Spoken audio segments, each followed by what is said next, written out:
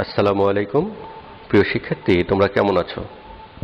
আশা করি সবাই ভালো আছো। তোমাদের এই ছুটির সময়ে অনলাইন ক্লাসের ব্যবস্থা করায় অত্র প্রতিষ্ঠানের সম্মানিত সভাপতি স্যার এবং অধ্যক্ষ স্যারকে ধন্যবাদ জ্ঞাপনের মাধ্যমে আমি আমার ক্লাস কার্যক্রম শুরু করছি।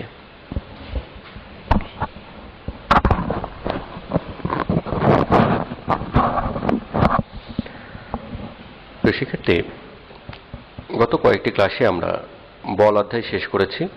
আরও কিছু অংশ বাদ রয়েছে, যেগুলো আমরা আগামীতে ক্লাসে শেষ করব।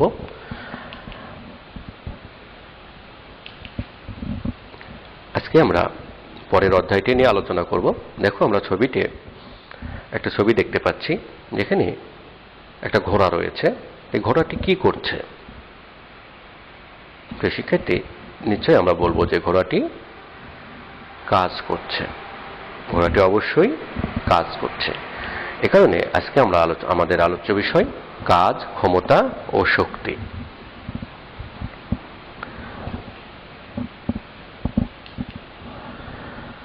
কাজ কাকে বলে? কাজ হচ্ছে সাধারণত আমরা কোনো কিছু করাকেই কাজ বলি। আমি যে কোনো একটা কাজ করলাম, এটাই হচ্ছে কাজ। আমরা বই পড়লাম, এটাকেও আমরা কাজ বলি। আমরা এক গ্লাস পানি খেলাম, সেটাকেও কাজ বলি। যে কোনো কিছু করাকে আমরা সাধারণ ভাষায় কাজ বলি, কিন্তু বিজ্ঞানের ভাষায় কাজ হচ্ছে কোনো বস্তুর উপর বল প্রয়োগের করা হলে বস্তুটির যদি সরণ হয়, তবে বল ও সরণের গুণফলকে কাজ বলে। প্রিয় শিক্ষার্থী, দেখো, তাহলে কাজের জন্য কিছু নির্দিষ্ট শর্ত রয়েছে। যে কোনো একটি বস্তুকে বল প্রয়োগ করা হলো। দেখো, এখানে একটি বস্তু রয়েছে। এই বস্তুর উপরে যদি এফ পরিমাণ বল প্রয়োগ করা হয়, বস্তুটির উপরে কি পরিমাণে বল প্রয়োগ করা হয়েছে? এফ পরিমাণ। এই বল প্রয়োগের ফলে ধরো বস্তুটির সরণ ঘটল। আবার একটু মনোযোগ দিয়ে দেখো তোমরা, বস্তুটির উপরে এফ বল প্রয়োগের ফলে, বস্তুটির উপরে বল দিলে কি হবে? বস্তুটি চলতে শুরু করবে। এফ বল প্রয়োগের ফলে বস্তুটির সরণ ঘটল।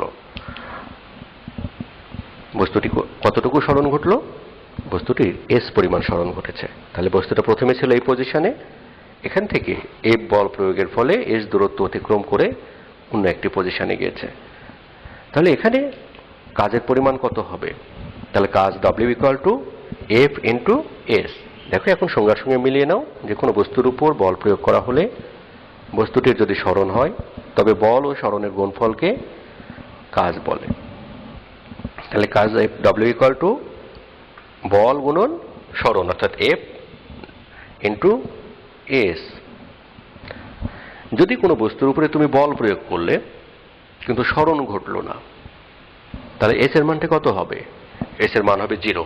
তাহলে এফ গুণন 0 কত হবে? 0। অর্থাৎ তুমি সারাদিন ধরে একটি দেয়ালে ধাক্কালে, দেয়ালটি এক চুলও নড়লো না, একটু সরণও ঘটলো না, ঘটা স্বাভাবিকও নয়। তাহলে সেক্ষেত্রে তুমি বল প্রয়োগ করলে কিন্তু তোমার দ্বারা কোনো কাজ হলো না। প্রিয় শিক্ষার্থী, আরও একটি বিষয় রয়েছে, যে তুমি তোমার স্কুলের গেট থেকে বের হয়ে তুমি বাসা থেকে স্কুলে আসলে, আবার একই রাস্তা দিয়ে স্কুল থেকে বাসায় ফিরে গেলে। আমরা জানি এক্ষেত্রে তোমার সরণ কত হলো? সরণ একটি ভেক্টর রাশি। তোমার আসার পথে যদি 1 কিলোমিটার রাস্তা হেঁটে আসো বা সাইকেল চালিয়ে আসো, আবার ফেরার পথে তার বিপরীত দিকে 1 কিলোমিটার গেলে, তাহলে তোমার টোটাল সরণ হলো 0। +1 কিলোমিটার -1 কিলোমিটার কত হলো? 0 কিলোমিটার। তাহলে তোমার সরণ হলো 0। সুতরাং সেই ক্ষেত্রে তোমার কাজের পরিমাণ হবে 0। অর্থাৎ তুমি যে পথে এসেছো সেই পথেই ফিরে গিয়েছো, তোমার দ্বারা কোনো কাজ হয় নাই, বিজ্ঞানের ভাষায়। তো বাস্তব ক্ষেত্রে এ ধরনের প্রয়োগ করতে যেও না, যে আমরা বাস্তব ক্ষেত্রে সাধারণত কোনো কিছু করলে সেটাকেই কাজ বলে থাকি। আর বিজ্ঞানের ভাষায় যদি তোমার স্মরণ না হয়, তাহলে কাজ হবে না। তাহলে প্রিয় শিক্ষার্থী, আমার মনে হয় কাজ কি এটা তোমরা বুঝতে পেরেছ। কাজের একক। কাজের একক কি? দেখো, কাজ ডব্লিউ সমান আমরা জানি এফ ইন্টু এস, অর্থাৎ বল ইন্টু সরণ। তাহলে কাজ সমান বল ইন্টু সরণ। বলের একক কি? বলের একক হচ্ছে নিউটন, সরণের একক মিটার। সরি, এখানে এস লেখা হয়েছে। প্রিয় শিক্ষার্থী, তোমরা এখানে কিন্তু বুঝবে, এখানে মিটার হবে, এম। সরণের একক মিটার, তাহলে বলের একক নিউটন মিটার। নিউটন মিটারকে একত্রে বলা হয় জুল। নিউটন মিটারকে কি বলা হয়? জুল বলা হয়। তাহলে প্রিয় শিক্ষার্থী, বলের একক হচ্ছে, কাজের একক হচ্ছে জুল। এখন প্রশ্ন আসতে পারে 20 জুল কাজ বলতে কি বুঝো, বা 20 জুল কাজ বলতে কি বুঝো?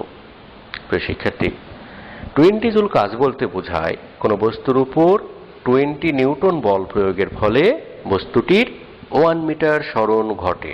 অর্থাৎ তুমি একটা বস্তুর উপরে 20 নিউটন বল প্রয়োগ করলে, যার ফলে বস্তুটি 1 মিটার সরণ ঘটলো, তাহলে তোমার দ্বারা সম্পূর্ণ কাজের পরিমাণ হবে 20 নিউটন। অথবা এমন হতে পারে যে 20 জুল কাজ বলতে বোঝায় কোনো বস্তুর উপর 1 নিউটন বল প্রয়োগের ফলে বস্তুটির 20 মিটার সরণ ঘটে। অর্থাৎ যে কোনো একটা বস্তুর উপরে তুমি যদি 1 নিউটন বল প্রয়োগ করো এবং বস্তুটির 20 মিটার সরণ ঘটে, তাহলে তোমার দ্বারা কাজের পরিমাণ হবে কত? 20 জুল। তাহলে এখানে 20, 30, 40, 50 যে সংখ্যাটাই থাক, তোমরা মনে হয় পারবে এখন। তাহলে প্রিয় শিক্ষার্থী, আমরা দেখলাম এখন কাজের প্রকারভেদ। কাজকে আমরা সাধারণত দুভাগে ভাগ করি। কাজ দু প্রকার: 1 নম্বর ধনাত্মক কাজ বা বলের দ্বারা কাজ, 2 নম্বর ঋণাত্মক কাজ বা বলের বিরুদ্ধে কাজ। বলের দ্বারা কাজ বা ধনাত্মক কাজ কোনটি? বলের দ্বারা কাজ হচ্ছে যে তুমি যেদিকে বল প্রয়োগ করলে বস্তুটির সরণ যদি সেদিকে হয়, তাহলে যে কাজ হবে তাকে বলা হবে ধনাত্মক কাজ। অর্থাৎ বলের প্রয়োগ বিন্দুর দিকে যদি বস্তুর সরণ ঘটে, তাহলে যে কাজ সম্পূর্ণ হয় তাকে বলা হবে ধনাত্মক কাজ। এবং তুমি যেদিকে বল প্রয়োগ করলে তার বিপরীত দিকে যদি বস্তুর সরণ ঘটে, তাহলে তাকে বলা হবে ঋণাত্মক কাজ। তো আসলে বাস্তব জীবনে এটা দেখা যায় না যে আমি একটি বস্তুকে উত্তর দিকে বল প্রয়োগ করব আর সে যাবে দক্ষিণ দিকে, এমনটা হয় না। তবে সাধারণত যে ঘটনাটি ঘটে, যে দেখো একটি গাছে আম ঝুলতেছে, এই আমটির উপর একটি বল কিন্তু সার্বক্ষণিকভাবে প্রযুক্ত হচ্ছে। কি বল সেটি? সেটি হচ্ছে অভিকর্ষ বল বা মাধ্যাকর্ষণ বল। এই বস্তুটি একসময় কি হবে? মাধ্যাকর্ষণ বলের দ্বারা এই আমটি ভূমিতে পতিত হবে। তাহলে এটি হবে কি? বলের দ্বারা কাজ, অর্থাৎ মাধ্যাকর্ষণ শক্তির দ্বারা কাজটা সম্পূর্ণ হলো। এ ধরনের কাজকে আমরা বলবো ধনাত্মক কাজ বা বলের দ্বারা কাজ।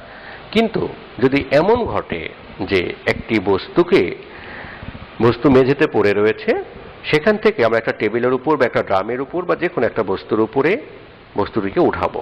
দেখো, এই বস্তুটিকে মেঝে থেকে যদি আমরা উপরে উঠাই, তাহলে এই ক্ষেত্রে অভিকর্ষ বলের বিরুদ্ধে কাজ করতে হলো। এ ধরনের কাজকে আমরা বলবো ঋণাত্মক কাজ বা বলের বিরুদ্ধে কাজ। তাহলে প্রিয় শিক্ষার্থী, আমার মনে হয় তোমরা বুঝতে পেরেছো যে কাজ দুই প্রকার, ধনাত্মক কাজ এবং ঋণাত্মক কাজ, এগুলোর প্রকারভেদ বুঝতে পেরেছো। আমরা পরের স্লাইডে যাই। দেখো, এখানে একটু অঙ্ক দেওয়া আছে। 200 নিউটন বল প্রয়োগ করে একটি বস্তুকে বলের দিকে 10 মিটার সরানো হলো, কাজের পরিমাণ নির্ণয় করো। এখানে কতটুকু বল প্রয়োগ করা হয়েছে? 200 নিউটন। দেখো, যেহেতু 200 নিউটন বল প্রয়োগ করা হয়েছে, তাহলে F = কত হবে? 200 নিউটন। কতটুকু সরণ ঘটেছে? 10 মিটার। তাহলে S এর মান হচ্ছে 10 মিটার। তাহলে প্রিয় শিক্ষার্থী, তাহলে কাজের পরিমাণ কত হবে? কাজ W = F.S। সরাসরি মান বসিয়ে দাও। F এর মান হচ্ছে 200 নিউটন, S এর মান হচ্ছে 10 মিটার। 200 × 10 সমান কত হবে? 2000। একক হচ্ছে জুল। তাহলে কাজের পরিমাণ হচ্ছে 2000 জুল। এ ধরনের অঙ্ক তোমরা করতে পারবে আশা করি। এরপরে আমরা যে আলোচনায় যাব, শক্তি। তোমরা চিত্রগুলো থেকে বুঝতে পারছো আসলে শক্তি কি জিনিস। আমরা যে দুধ, ডিম, কলা বেশি বেশি খাই বা খেতে বলি, সেটা কি জন্য? আমাদের শক্তি বৃদ্ধির জন্য। আবার দেখো যে একটি ব্যক্তি একটা উঁচু একটা বড় পাথরকে নিচে ফেলানোর চেষ্টা করছে, এক্ষেত্রে সে কি করছে? তার শক্তি প্রদর্শন করছে। তাহলে শক্তিটা আসলে কি? শক্তি হচ্ছে কাজ করার সামর্থ্যকেই শক্তি বলে। কাজ করার সামর্থ্যকেই শক্তি বলে। সাধারণত কাজ এবং শক্তি আমরা একই এককে পরিমাপ করে থাকি, কাজের এককও জুল, শক্তির এককও জুল। তাহলে শক্তি কাকে বলে তোমরা নিশ্চয়ই বুঝতে পেরেছো। শক্তি হচ্ছে কাজের একটা এজেন্ট, যার দ্বারা আমরা কাজ করি, সেটাই হচ্ছে শক্তি। আর এই শক্তিটাকে আমরা অবশ্যই জুল এককে পরিমাপ করি। এই শক্তিকে আমরা দুইটা রূপ দেখে থাকি বা দুই ভাগে ভাগ করে থাকি। এক নম্বর হচ্ছে বিভব শক্তি এবং দুই নম্বর হচ্ছে গতি শক্তি। বিভব শক্তি কাকে বলে? প্রিয় শিক্ষার্থী, দেখো যে কোনো বস্তুর স্বাভাবিক অবস্থা বা অবস্থানের পরিবর্তনের কারণে এর মধ্যে যে পরিমাণ শক্তি সঞ্চিত হয় তাকে বিভব শক্তি বলে। যে কোনো একটি বস্তু তার স্বাভাবিক অবস্থা বা অবস্থান পরিবর্তনের কারণে এর মধ্যে যে পরিমাণ শক্তি সঞ্চিত হবে তাকে বলা হবে বিভব শক্তি। যে কোনো একটি বস্তু ধরো মেঝেতে পড়ে রয়েছে, এই বস্তুটিকে যদি আমি অভিকর্ষ বলের প্রভাবে, দেখো আমি এফ বল প্রয়োগ করলাম, করে বস্তুটিকে ভূমি থেকে এইচ উচ্চতায় উঠালাম, তাহলে এখান থেকে বস্তুটিকে ভূমি থেকে এইচ উচ্চতায় উঠাতে অবশ্যই আমার কিছু কাজ করতে হয়েছে। আমি যতটুকু কাজ করলাম এই পরিমাণ কাজ এই বস্তুর মধ্যে সঞ্চিত রয়েছে, জমা রয়েছে। আমরা যেমন খাবার সঞ্চিত করি, সংরক্ষণ করি, ঠিক একইভাবে আমি যতটুকু কাজ করলাম সেই পরিমাণ কাজ এই বস্তুর মধ্যে শক্তি হিসেবে কি হয়েছে, সঞ্চিত রয়েছে। এই বস্তুটিকে যদি ছেড়ে দেওয়া হয় তাহলে এটি কি করবে? এই শক্তি খরচ করে, আমি যতটুকু শক্তি খরচ করেছিলাম ওই জমাকৃত শক্তিটুকু খরচ করে সে আবার ভূমিতে পতিত হবে। তাহলে এখানে যে পরিমাণে শক্তি সঞ্চিত হয়েছিল সেই শক্তিকেই বলা হবে বিভব শক্তি। প্রিয় শিক্ষার্থী, তাহলে বস্তুটির দ্বারা কৃত কাজ হচ্ছে কি?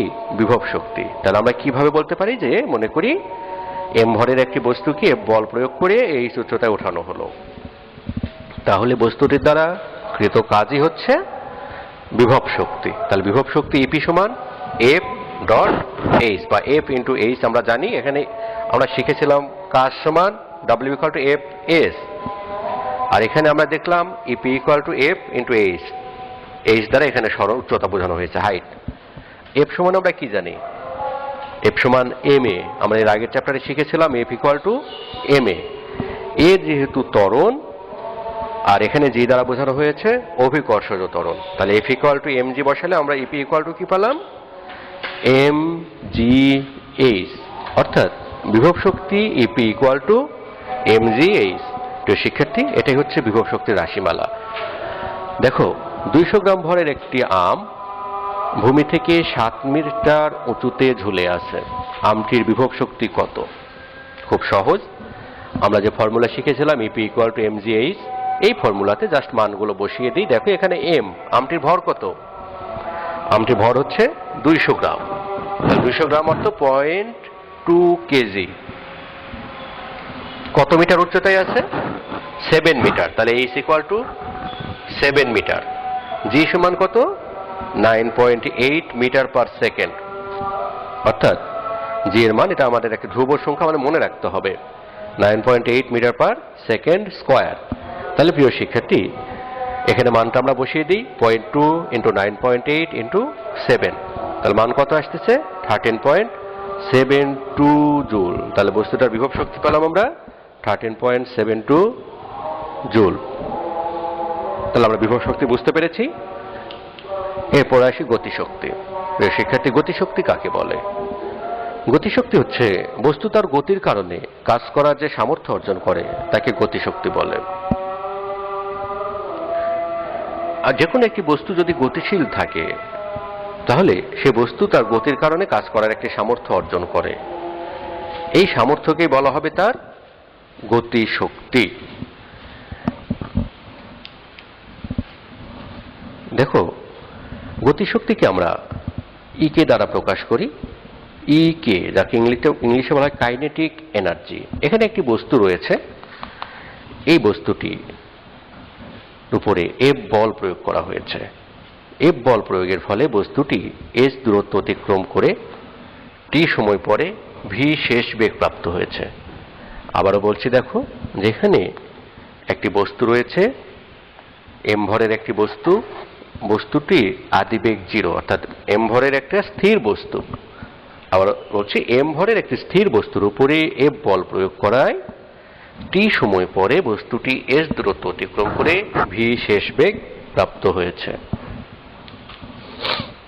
তাহলে দেখো, যেখানে বস্তুটির দ্বারা যে কাজ হবে সেই কাজটাই হবে তার গতিশক্তি। তাহলে গতিশক্তি E কে সমান কত?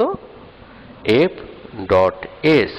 কাজ সমান আমরা জানি F ডট S, সেটাই E কে equal to F dot S। তাহলে E কে ইকুয়াল টু আমরা জানি F equal to ma, E কে ইকুয়াল টু ma। তাহলে ma S। আমরা জানি প্রিয় শিক্ষার্থী যে V square equal to U square plus 2as। এই ফর্মুলা তোমরা দ্বিতীয় অধ্যায়ে শিখেছো, গতির একটি সমীকরণ। এখানে আদিবেগ কত? 0। দেখো ইউ ইকুয়াল টু 0 লেখা আছে, ইউ এর মানটি 0 বসাও, তাহলে ভি স্কোয়ার সমান কত আসবে? 2as।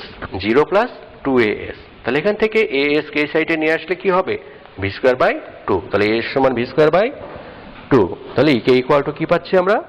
এই যে লাল অংশ as এর মানটা আমরা বসিয়ে দিই, তাহলে m V square by 2, E K equal to half m V square. এটি হচ্ছে গতিশক্তির রাশিমালা।